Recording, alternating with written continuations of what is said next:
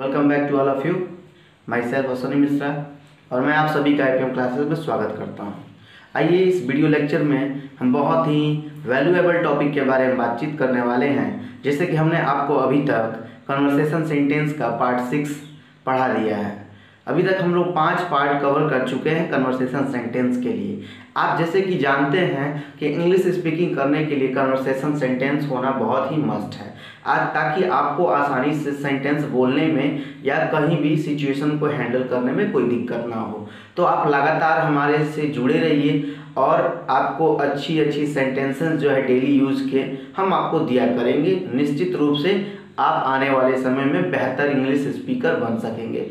तो मैं आपसे यही कहना चाहता हूँ कि आप रेगुलर अपडेट्स रहें, हमसे हमेशा जुड़े रहें, हमारे किसी भी वीडियो लेक्चर को मिस ना करें, चाहे वो वर्ड मीनिंग हो, चाहे वो इंग्लिश स्पीकिंग कोर्स से चैप्टर हो, या चाहे वो कन्वर्सेशन सेंटेंस हो, या चाहे किसी पर्टिकुलर वर्ड से रिलेटेड आपको 10 अलग नाम बताए जाए, तो सबको प्रिपेयर किया कीजिए। You should try to prepare all that kinds of topic which is given by me for to make such able to speak at any place without any hesitation or interruption.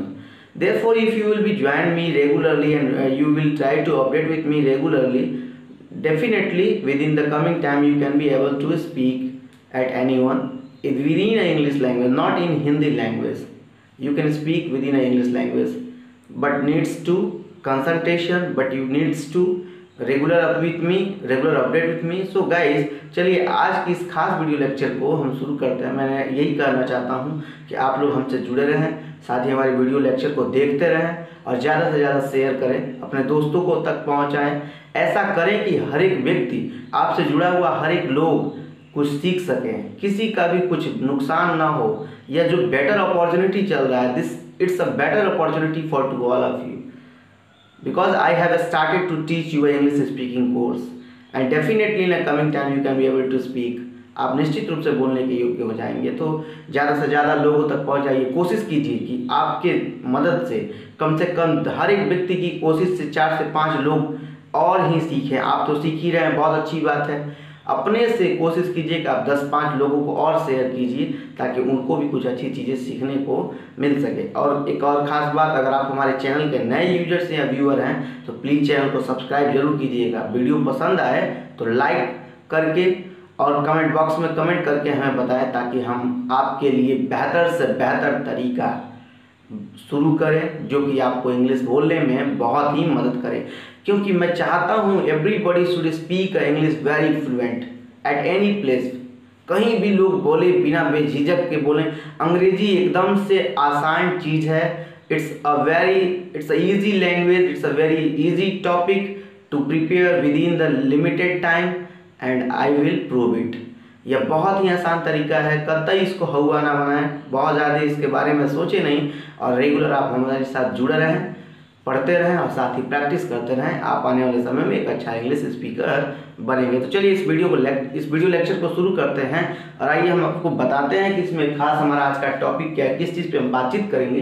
तो हमारा आज का topic है English conversation sentence for daily use, मतलब कि दैनिक use के लिए। आज भी हम कुछ वाक्यों को प्रिपेयर करेंगे जो कि आपके लिए बहुत मदद करेंगे आपको अंग्रेजी बोलने में या सेंटेंस क्रिएट करने में सिचुएशन के आधार पर। चलिए, तो हमारा इसमें पहला सेंटेंस है, मेरे पास आपके लिए बहुत समय है। कुछ लोग कहते हैं, जैसे कि पेरेंट्स जिनके घर में बुजुर्ग होते हैं ना, माता पिता, वो लोग कहते हैं बेटा तुम्हारे पास मेरे लिए समय नहीं है। तो उस सिचुएशन में आपकी भी ये ड्यूटी बनती है, कर्तव्य बनता है कि उनको आप नॉर्मल फील कराएं, कंफर्टेबल फील कराएं और बोलें कि no I have a lot of time for you, मतलब कि मेरे पास आपके लिए बहुत समय है। You don't need to think that's like this, I have a lot of time for you. मेरे पास क्या है, आपके लिए बहुत समय है। क्या है, मेरे पास आपके लिए बहुत समय है। तो इसको इंग्लिश में कैसे बोलें, हम कह सकते हैं आई have a lot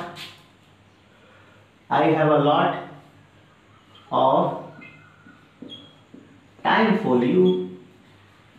I have a lot of time for you.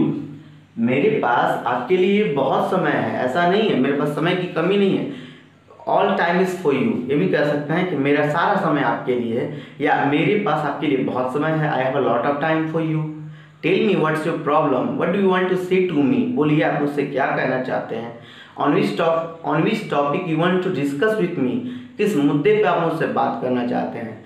I am always there for you to hear all your views, to hear all your matters, मैं हमेशा आपके साथ हूँ आपकी बातों को सुनने के लिए। So guys tell me what's your problem, परेशानी क्या है बताइए।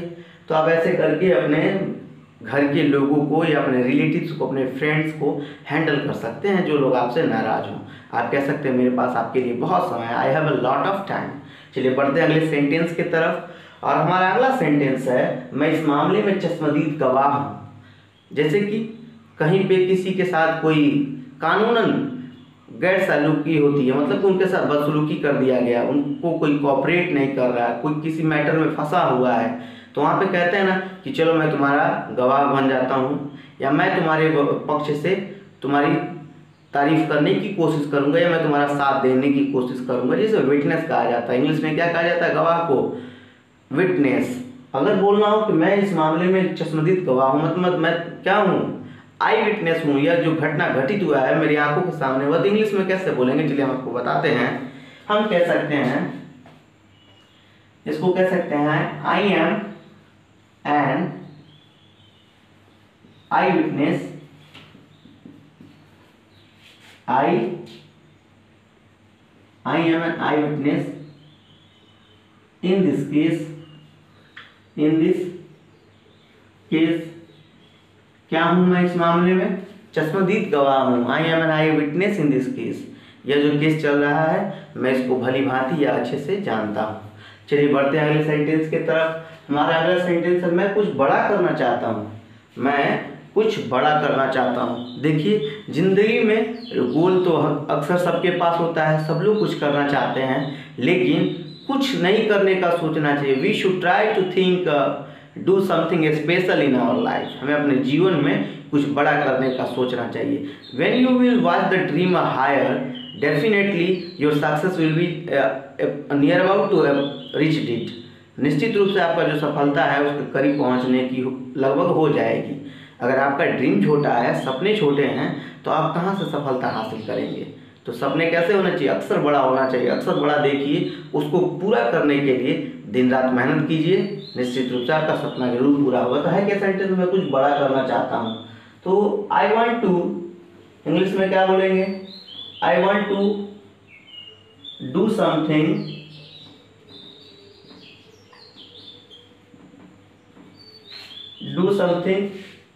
significant,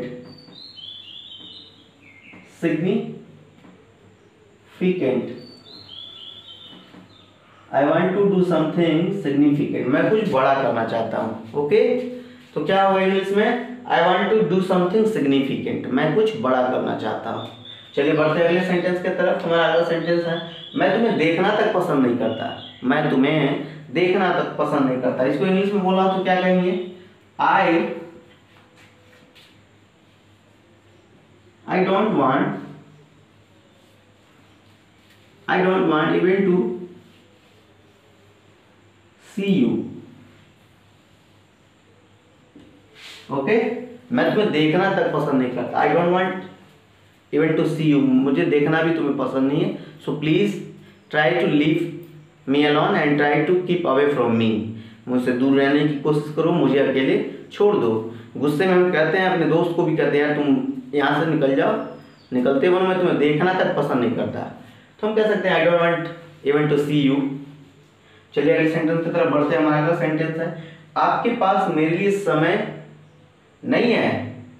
तो हम कह सकते हैं I haven't time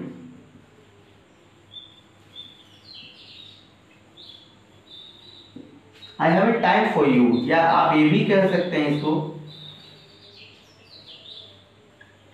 I have a lack, L-A-C-K, I have lack of time for you, I have lack of time for you, मेरे पास आपके लिए समय नहीं है। इसका भी मतलब वही होता है, या ये भी कर सकते हैं I haven't time for you। चलिए बढ़ते हैं अगले सेंटेंस की तरफ। हमारा अगला सेंटेंस है आपको नौकरी से हटाया जाता है, तो इंग्लिश में इसको क्या बोलेंगे? You are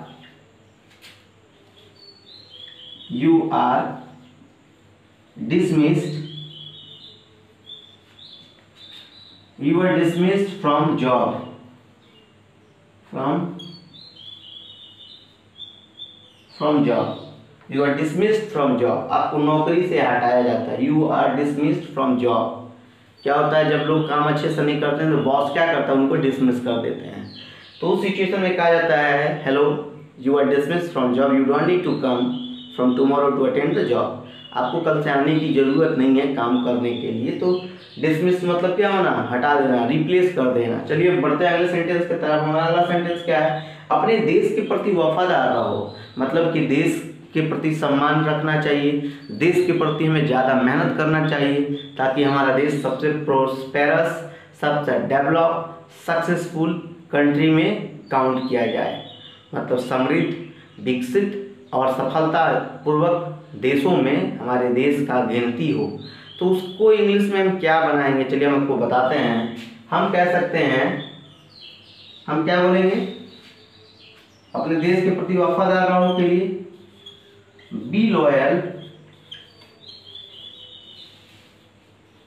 to your country, to your country, be loyal to your country, अपने देश के प्रति वफादार रहो। ओके, इस तरीके से करके हम सेंटेंस बना सकते हैं। तो चलिए हम आपको आगे बताते हैं सेंटेंस। हमारा अगला सेंटेंस है वो मेरा बहुत करीबी है। इसके लिए हम क्या बोलेंगे इंग्लिश में? अगर मैं बोला वो मेरा बहुत करीबी है, he is very close to me, he is very close to me, वो मेरा बहुत करीबी है। चलिए बढ़ते हैं अगले सेंटेंस की तरफ। हमारा अगला सेंटेंस, सारा गलती आपकी है, सारा गलती आपकी है। इसको इंग्लिश में कैसे बोलेंगे? It's all your fault, it's all your fault, मतलब कि सारा गलती किसकी है? आपकी है। हम आरोप लगाते हैं ना कि सारा गलती तुम्हारा, इट्स ऑल योर फॉल्ट।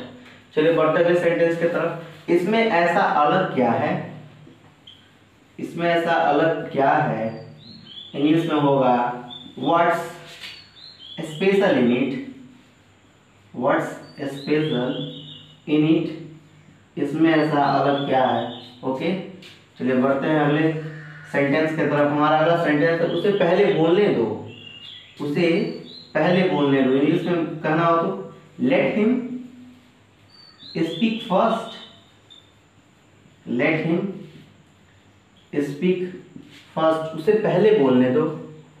अगला है कितना बदल गया तू, कितना बदल गया तू, how changed, how changed you are, how changed you are, कितना बदल गया तू। जब किसी में परिवर्तन होता है हमको देख के बिलीव नहीं होता तो कहते हैं उस सिचुएशन में यार तुम कितना बदल गया, यार तुम कितना बदल गया।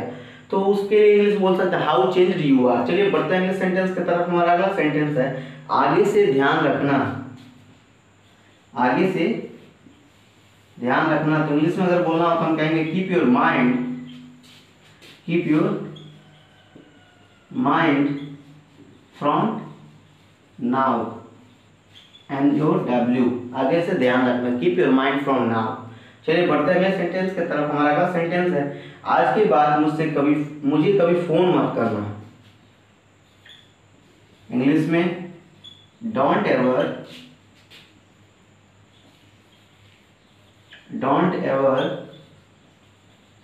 Call me again, don't ever call me again. गुस्से में हम भी आज कह देते हैं ना कि आज के बाद कभी भी मुझसे फोन मत करना। तो इंग्लिश में बोलना होगा तो बोलेंगे don't ever call me again. चलिए इस वीडियो में हमारा लास्ट सेंटेंस है अपने से बड़ों का कहना मानो, अपने से बड़ों का कहना मानो। तो इंग्लिश में ओबे योर एल्डर्स, ओबे योर एल्डर्स, ELDERS, ओबे योर एल्डर्स। ओके, अपने से बड़ों का कहना मानो। इस वीडियो लेक्चर में 15 सेंटेंस हैं और मैं उम्मीद करता हूं कि ये बहुत ही आपको मदद करेंगे इंग्लिश स्पीकिंग के लिए। तो इसको आप प्रैक्टिस करते रहिए ताकि आपका इंग्लिश और बेहतर बन सके। तब तक के लिए अलविदा। मैं आपसे फिर मिलूंगा नए वीडियो में नए टॉपिक के साथ।